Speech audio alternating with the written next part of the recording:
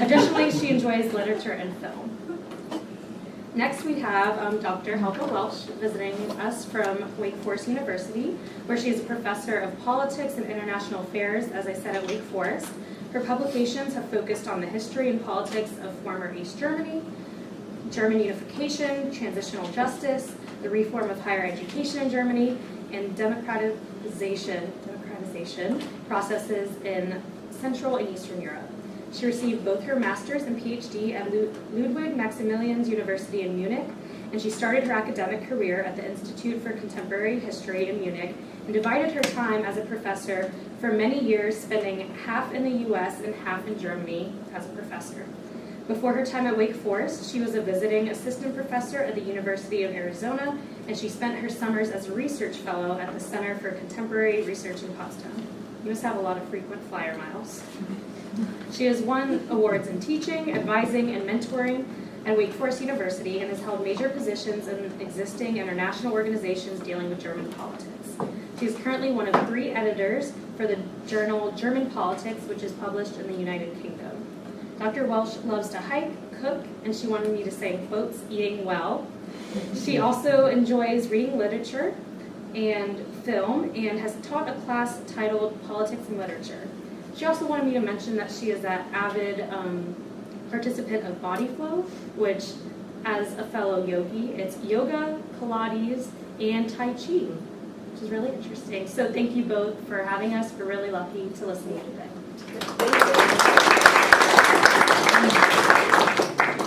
Thank you very much, Amber, for this wonderful introduction.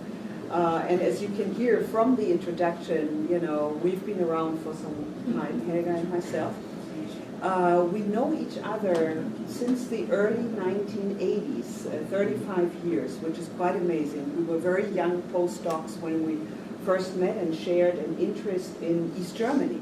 That was way back in Germany, actually, where we met. And then we again met at a conference of the German Studies Association in the late 80s.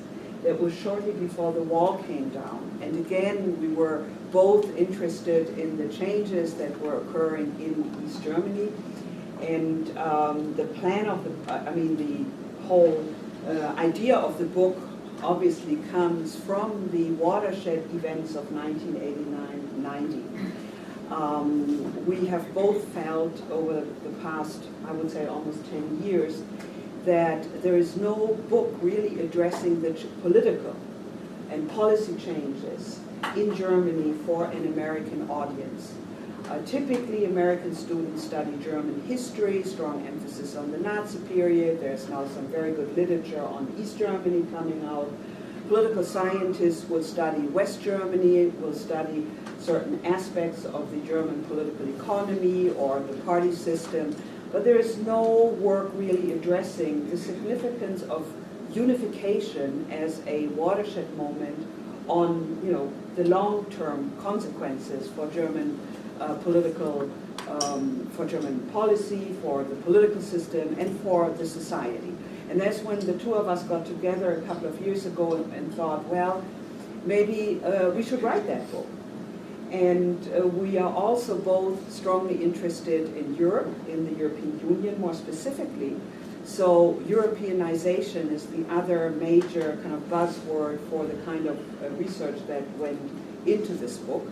And I would like to start with 2 pictures here. This is a picture I took in 1990 in Berlin at the Potsdam Square. The wall is opening. This is a picture 2014. This is 15 years later, and it's the same spot. So, you know, from here, wall opening at Leipziger Straße, and this is actually a commemoration of where the wall once stood.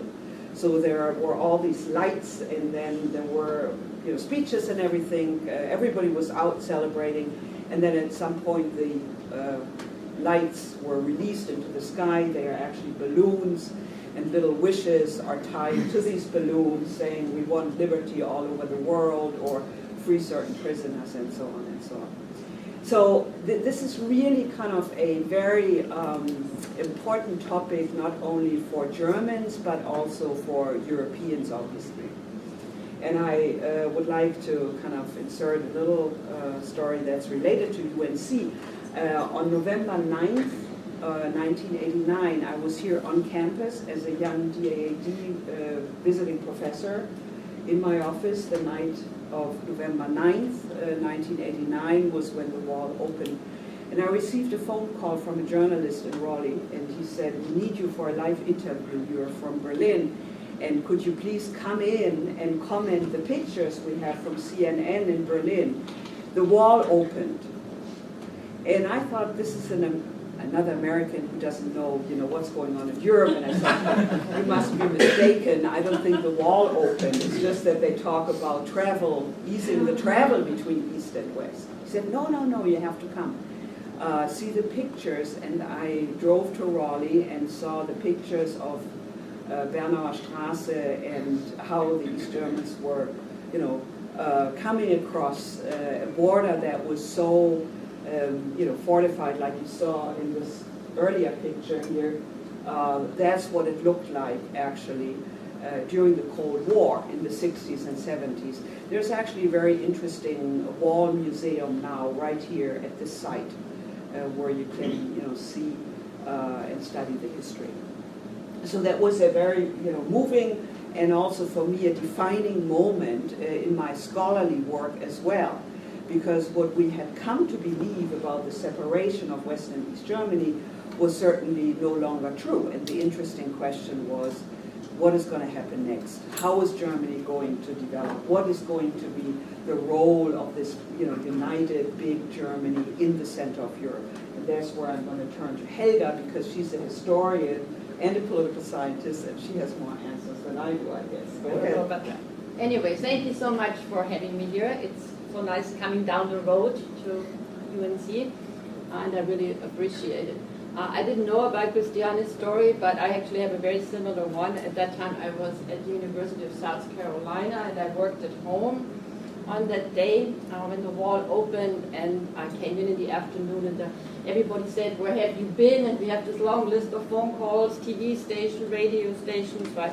And I said, why? Because I had done my work at home, I hadn't listened to any news. I said, oh, the wall is open, right? And again, I didn't believe it, right? So, and I didn't believe it, right? So I thought, well, who do I call? So I called my brother-in-law in Munich, because I thought, I need to verify this. And I said, I heard the wall is open. And he's one of those, somewhat distant guy, not distant, but very well informed, but doesn't get too excited, maybe I should say. Oh, he said, there's a little hole in the wall. Anyway, so to our book and to our talk. So how did it come about? I want to start out with telling you a little bit about the origins and the goals, about some of the challenges, and then spend most of the time on what I would call the conceptual framework and illustrate it with some examples from Unification. So both of us have been teaching for a very long time, and I often wonder, what do country studies still fit in the area of comparative politics? So I'm a strong believer in the comparison, but I'm also a strong believer that you need to know something about the countries that you include in the comparisons. So when we started talking about the book, and when I kind of started to think about what should be the audience, I realized that, of course, there are not many schools that still offer classes on German politics, because it's almost always embedded in European politics. So one of the requirements was to write a book that is analytical, and short enough, I should say, so that it can be purchased by you students as a kind of a accompaniment to European classes, and not just classes that are being taught in German politics. As Christiane said, there are lots of good textbooks already, and of course they do talk about unification. But then I thought what I missed was the comparison. So some textbooks, they embed Germany in European politics, and then the German textbooks, they focus too much, in my mind, a little bit on Germany and forget in what ways does Germany mirror other European countries. And then the third motivation clearly was personal. When I started talking about, throughout my whole academic career, I always wanted to write a book about a country that I know best. I borrowed this phrase, I read this once, that supposedly members of the European Commission, when they talk about their own country in deliberations, they are not supposed to mention the name of the country, and they say, the country that I know best. Okay, so that's the country that I know best. And then when Christiane and when I started to thinking about when we met at some point, obviously, the end result is that we are sitting here. Okay, so what are the challenges? So clearly, even if our emphasis is going to be on Germany since 1990, what happened before matters, right? All of you are familiar with the term past dependency, and obviously history, as Christiane said, I'm a historian as well. History matters. Christiane, can you? Oh, right, I forgot it. So that was the outline of our book, kind of as the background. So here's the Drabi. I don't know whether any of you remember. No, maybe you don't remember it. So that was the famous East German car, famous or infamous Drabi, right? It had a two-stroke engine in it, like lawnmowers have. And it was probably the most visible contrast with Mercedes and BMWs, right? And here you see one kind of in the garbage heap, right? So why am I mentioning this? So while the book is concerned with 1990 onwards, of course we have large sections about what happened before, because the West Germany was transferred to the east. And the big challenge is how to integrate East Germany so that it's not just a footnote in history, right? And I borrowed this term footnote in history from a German historian who said this once, and there was this uproar, that he talked about this footnote in history. Obviously, clearly, in some ways, probably our chapters, it is also a footnote, more or less, but maybe a very long footnote, right? So we are cognizant of being aware of it. Now, as political scientists, as social scientists, we want to explain, but we also want to predict. But we all know that this prediction is much more difficult. And in fact, there's a lot of literature. Why is it that nobody predicted the fall of communism, right? Or nobody predicted the uproars and the Arab Spring, and so where does our discipline fit in here? And of course, people who write on German or any other politics are caught in this dilemma, why? So let me illustrate this with one example. We finished our chapter on immigration and citizenship in July 2015. That is, there was a little bit of a refugee crisis, but not much of a refugee crisis at that point. So everything, I wouldn't say everything has changed, but a lot has changed. As a result, we need to rewrite the EU chapter, the immigration and citizenship chapter, and we have to rewrite the party chapter, or at least parts of it. Right? Why? So first of all, up to then, I could say, we could say the support for Angela Merkel is at, all-time high. Of course, that's no longer true. She also has suffered from a decline in popularities. You recall that she opened the doors for more than 1 million refugees. Maybe most importantly, it provided another opportunity for the upstart party Alternative for Germany, a populist right party in Germany. It opened up coalition disputes between the coalition partners, on the one hand, the Christian Democratic Union and the Christian Social Union. So here we have the party chapter, right? In terms of the European Union, up until that point, The Economist a few months earlier had a long story about Angela Merkel, the indispensable leader of Europe, and other accolades. And of course, then she was quite criticized by many of the European Union leaders. and also the immigration and asylum policy in the European Union has been challenged. And needless to say, a new integration law has been passed since then, so the immigration and integration chapter as well. So this is a lot of adding, right? So on the flip side, we already, one of our other first chapters was the one on the European Union, and it was written very much under the impression of the Eurozone crisis. Eurozone crisis, it's almost like a thing of the history. It's actually not, but it's no longer in the news, right? So that's a chapter we have to cut down, or change somewhat. Okay, then we come to the conceptual framework or the analytical framework. So the idea is to show how both German unification and the deepening of European integration have impacted to different degrees policies and politics. Initially, when we started out, we also had globalization as a third major category, but this has been kind of downgraded a little bit to an important background factor. And through all of this, we at least do want to give credence to what has happened in other European countries, so as not to make it look like the developments in Germany are singular, but they often reflect broader European development. So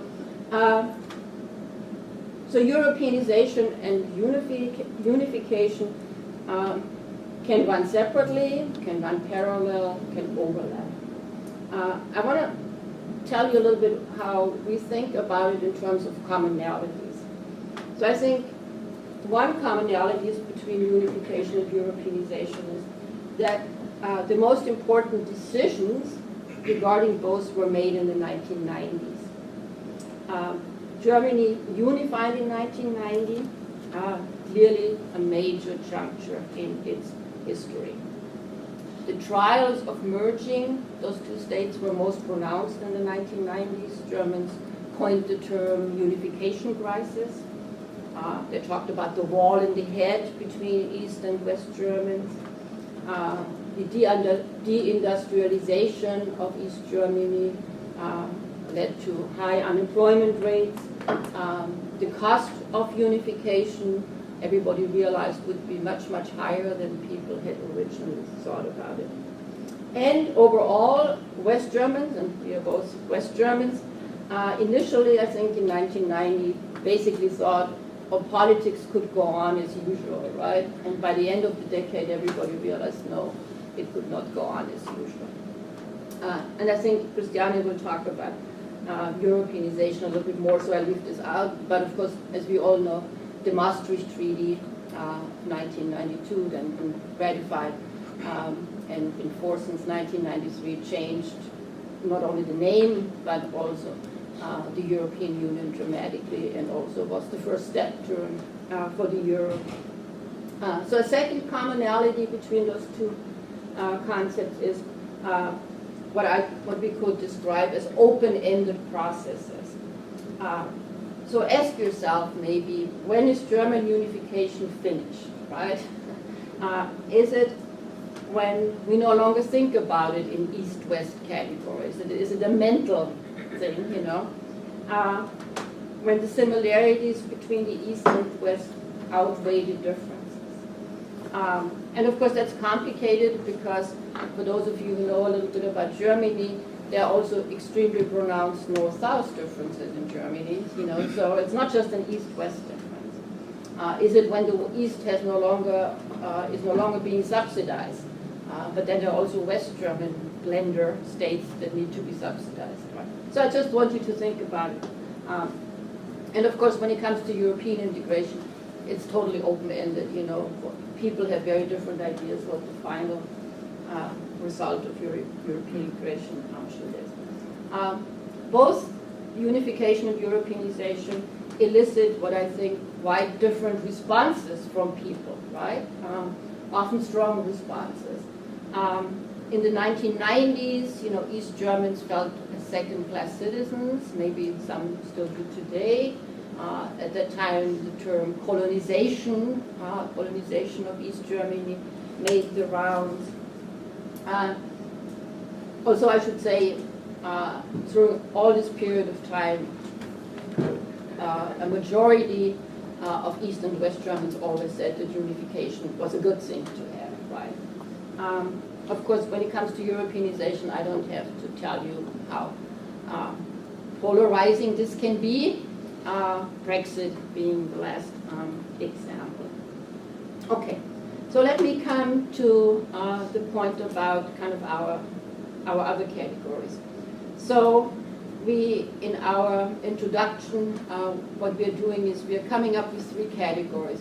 One would be, so we obviously talk about the formal steps toward unity, but the 3 main categories are unification as a game changer. You can also use the term transformative effects of unification. The second one, unification as a catalyst. A different term would be direct effects. And the third one, more diffuse effects of unification. So, and I want to illustrate each one of them briefly, and then I'm not doing this today here, but in the book we also have kind of a summary.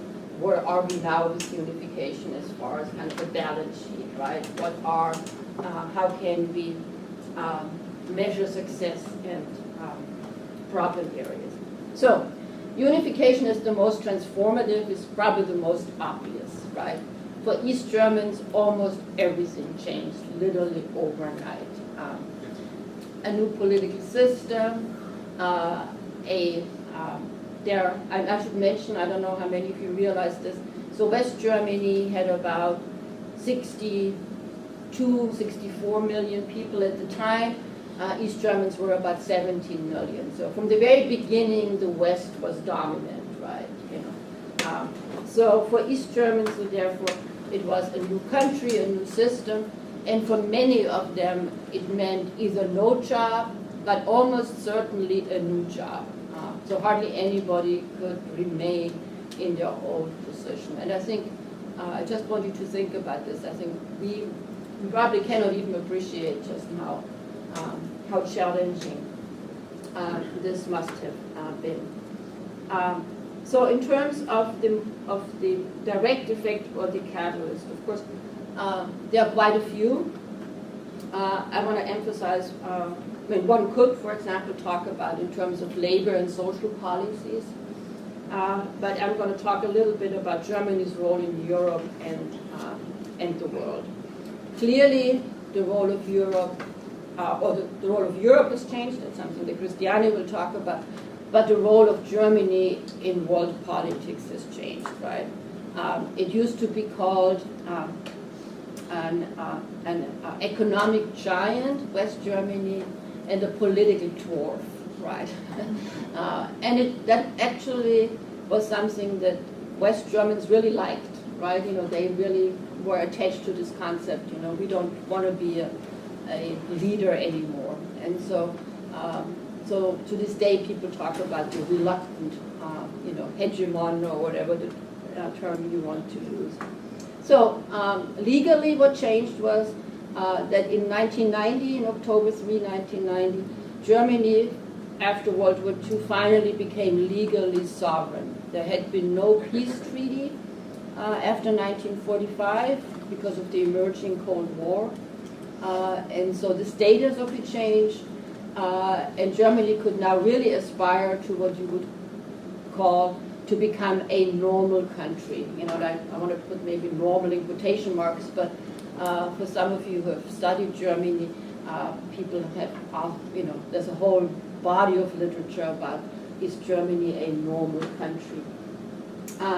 It became the most populous country in Europe by far, because at the time of unification it was a little bit over 82 million. It had shrunk, but thanks to the refugees it's back up to, I think, 82 million. But still forecasts for population is still major decline. Also, I think all those population scenarios still haven't figured in the extra 1 million people. France and United Kingdom are around 64 to 65 million. So again, I just want you to think about how does population change things. In terms of, in the European Union, it only changed the number of members of the European Parliament, but not the voting system. But the perception changes, right? And also standing, and clearly in the long run, as it turned out, also its economic power. The Cold War, unification coincided with the end of the Cold War. So it was no longer at the confrontation, at the front line of the so-called Iron Curtain, but could take advantage of its bridge function. And since Germany always had long-standing ties with Central and Eastern Europe, it was clearly, the country with the best chances to establish in particular economic ties, but also political ties. And of course, all of this then happened together with Europeanization, and again, this is something that Christiane mentioned, the connections. So Europeanization and unification overlap in important aspects.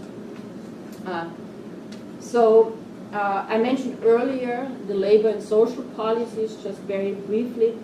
There was already a backlog of reforms that was definitely needed to make German economies and the system more competitive, but unification deepened the sense that something had to happen. It accelerated. First, it slowed it down because the 1990s were totally absorbed with taking care of unification, but then in the 2000s it accelerated those reforms. As far as diffuse effects, and that's the last thing I'm going to say here, which is probably the broadest category, and I want to just mention the party system. So Germany mirrors really in many ways developments in other West European countries. I should say not East European because of their history. New parties have emerged. All the major parties in Western Europe have lost votes. I just finished teaching yesterday at Wake Forest, and I talked about the United Kingdom and the decline of the conservative vote and the labor vote over the last 3 decades. And the numbers almost mirror exactly what had happened in Germany as well.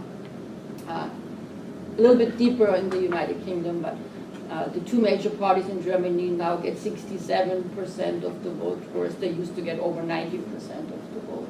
So a huge change. The Liberal Party is no longer in the federal parliament.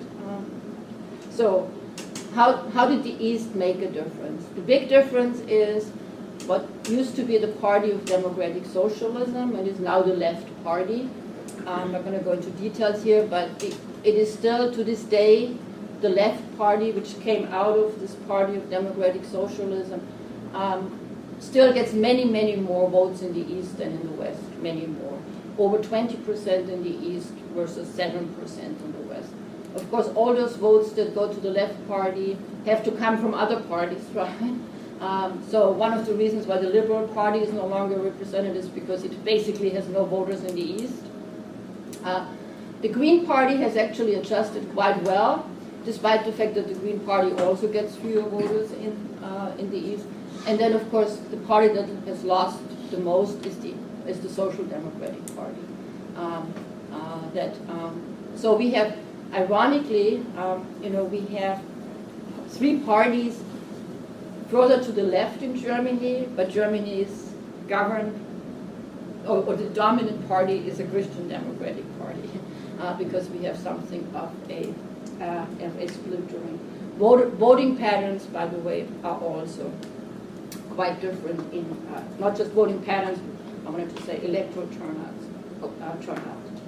And the appeal of the right-wing party is much higher in the eastern part of the country than in the West. Much higher. Again, huge difference. And in the East, the Alternative for Germany scores over 20%, in the West more like 7 to 8%, maybe 12%, I think maybe was the highest. Another, and this gives me an opportunity to turn over to Christiane, another area where we have had areas or or diffusion effects was in the area of family policy, in gender policies. Whereas, and here you will also see where unification may have had a diffuse effect, then Europeanization may have had a direct effect, and vice versa. So the kind of combination of the two, I think, really do need to be taken into account. Christiane, your turn. Okay, thank you very much, Helga. This was already, a lot of the, structure and the findings that we turn to Europeanization. And here again, we use the categories of game changer, catalyst, and diffuse effects that Europeanization, meaning the integration of Europe that took place at the same time as unification proceeded, occurred. And frankly, in preparation, we were both reading our chapters that are, on the table completed. And frankly, I was surprised about the degree of Europeanization I found in each individual chapter, maybe parties and interest groups, maybe policies, family, gender policy, foreign policy. I mean, the effect European integration has on Germany was so great that, I thought it was, when we started out, it was like a feeling we had, this is important for Germany, and everybody knows it's important on one level. But looking at it more specifically, you see that all the interest groups in Germany have special sections dealing with European politics, European law. Lawyers are trained in not only German law, criminal law, European law. There are, a large number of offices, lobby groups in Brussels that have their origins in Germany, German-based, but they know they have to play in the multi-level game. So that's an effect that goes far beyond just kind of the conceptual idea of, yes, Europe is united, Germany is part of it, but it goes into the institutional setup of Germany, united Germany itself. Europeanization as a game changer, I would like to start off with one prime example where the process of Europeanization had a direct, changing, fundamental, kind of transformative effect on Germany, and that is in the area of introducing the euro, the common currency. When you look at the historical documents, you look at the discourse in the 1990s, political scientists have written a lot about the 1990s. It was quite clear that Europe was moving towards the internal market and a common currency was envisioned already in the mid-80s. But the introduction of one currency mainly was a result of the discourse among European states and France pushing for a quick introduction of the single currency. The Germans, in fact, did not have a lot of reason to give up the Deutschmark in 1991, 92, 93, because the Deutschmark was very stable and strong and good for the economy. But it was a direct effect of the Europeanization to say, look, if we want to anchor Germany in Europe and make sure it's not going down the nationalist road, the common currency will most clearly show that Germany is part of this united Europe. So the introduction of the euro in 1999, of course, it had to be prepared, but it's a direct outcome of this unification process and the decisions made on the EU level, binding decisions, no way out. Interestingly enough, in this process, the Bundesbank, the German Federal Reserve, changes places. And it used to be kind of the dominant institution in German politics for the economy, the Bundesbank, the German federal bank, but it lost significant in power. And a lot of scholars have said, oh, look, now the Bundesbank is gone and we have the European Central Bank and so on. In fact, as Andreas Busch has shown, the Bundes, he's a German political economist, the European Central Bank was modeled after the Bundesbank, which means that the policies of the Bundesbank were actually transformed to the European level. So paradoxically, in the end, the euro that was meant to tie Germany down, so to speak, to tame, control German power after it was united and big, like Helga said, turned out to be the opposite. Germans' export increased. You know, we have the figures for the 2000s and following. Once the Unification Crisis was over, the German economy started to accelerate, pick up, boom, export, and when the Eurozone crisis came, Germany was the country kind of dominating Europe. So it was kind of a paradox effect out of this game-changing moment. In terms of, I don't have time to go into the leadership role Helga touched upon, but that's another kind of game changer that other European countries now expected from Germany to take a leadership role, somewhat very different from how Germany was looked upon in the 1970s and 80s. In terms of Europeanization as a catalyst, I think there are several areas where we see that the integration into the European Union accelerated reform policies, accelerated certain decisions that were made, and I will just point out a few here. One is that Europeanization provides a frame of reference. It's not a direct effect where the EU passes a directive, a law, and says, now Germany, you have to do this or that. No, it's more of a kind of catalyst for the German discourse to move forward towards a more European arrangement. And this is very clear in the area of gender equality, which is something we covered in the book and looked into in more detail. Gender equality is strong in some countries in the European Union and weak in others. And the stronger countries are the Nordic countries traditionally, but there are some other interesting countries where we have public child care provided for working families like France and Spain, which don't really fit into the Scandinavian model but have a different history, and therefore it's much easier for working women to cope with their everyday life. Whereas in Germany we had a long overdue kind of blockage here to acknowledge that women were qualified, that women wanted to work, that it was a total waste of human capital to send women home to take care of children for 10 or 12 years. And when you study the discourse in Germany, of course there's a lot of party, controversy between the SPD and the CDU. But it's also a push coming from the EU in terms of benchmarking, in terms of saying, look, Scandinavia can do it without declining birth rate. France has very generous public child care. Why can a wealthy country like Germany not establish this? And finally, in 2007 and then last year, the German government passed comprehensive reform policies. There's another example of equal pay, where Germany has been reluctant to abolish certain salary groups for so-called low-pay work, which is typically performed by women. This is not in accordance with the European treaties, and the European Court of Justice has ruled this is not in accordance with the EU.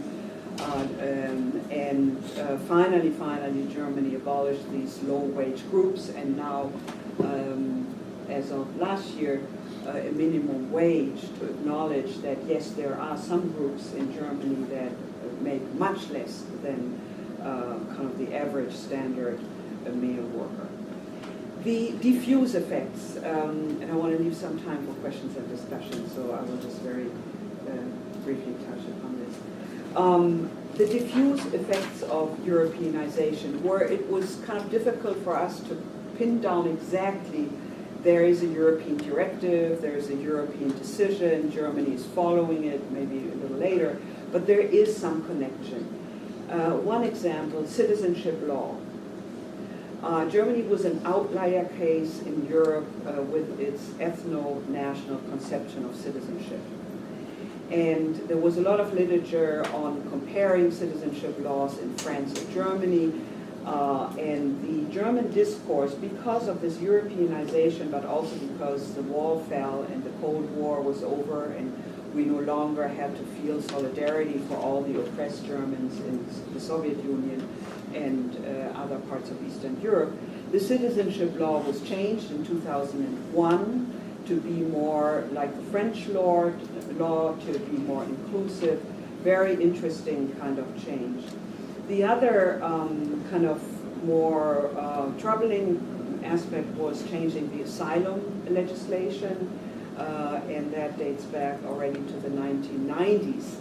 Germany had the most liberal asylum law due to its Holocaust experience and the history of persecution. And since the European Union wanted to establish the same guidelines in the Schengen area for people seeking asylum, the German law was restricted. It was restricted, and the diffuse effect of the EU is politicians would refer to Schengen and say, we have to do this. But there was really no legal ground to say, we have to change the Constitution. I mean, that's a very strong kind of law.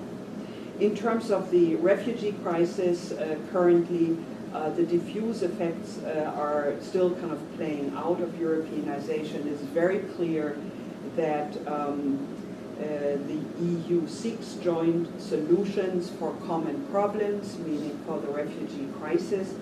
And here in this regard, Germany tried to take I would say, a model role last year, taking in 1 million refugees, and got a lot of criticism from other European countries.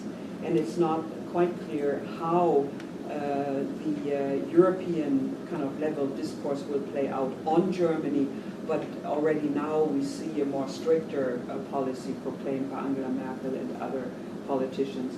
So the list goes on with diffuse effects, but I think that some of the most interesting connections between Europeanization and German unification are in the area of a game changer and catalyst, because that's kind of the more systemic change that has taken place.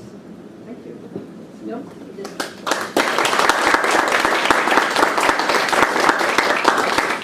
I want to remind you also, it came to me, Christiane, that Helmut Kohl and then actually Václav Havel and other leaders always said that Europeanization and unification are the two sides of the same coin.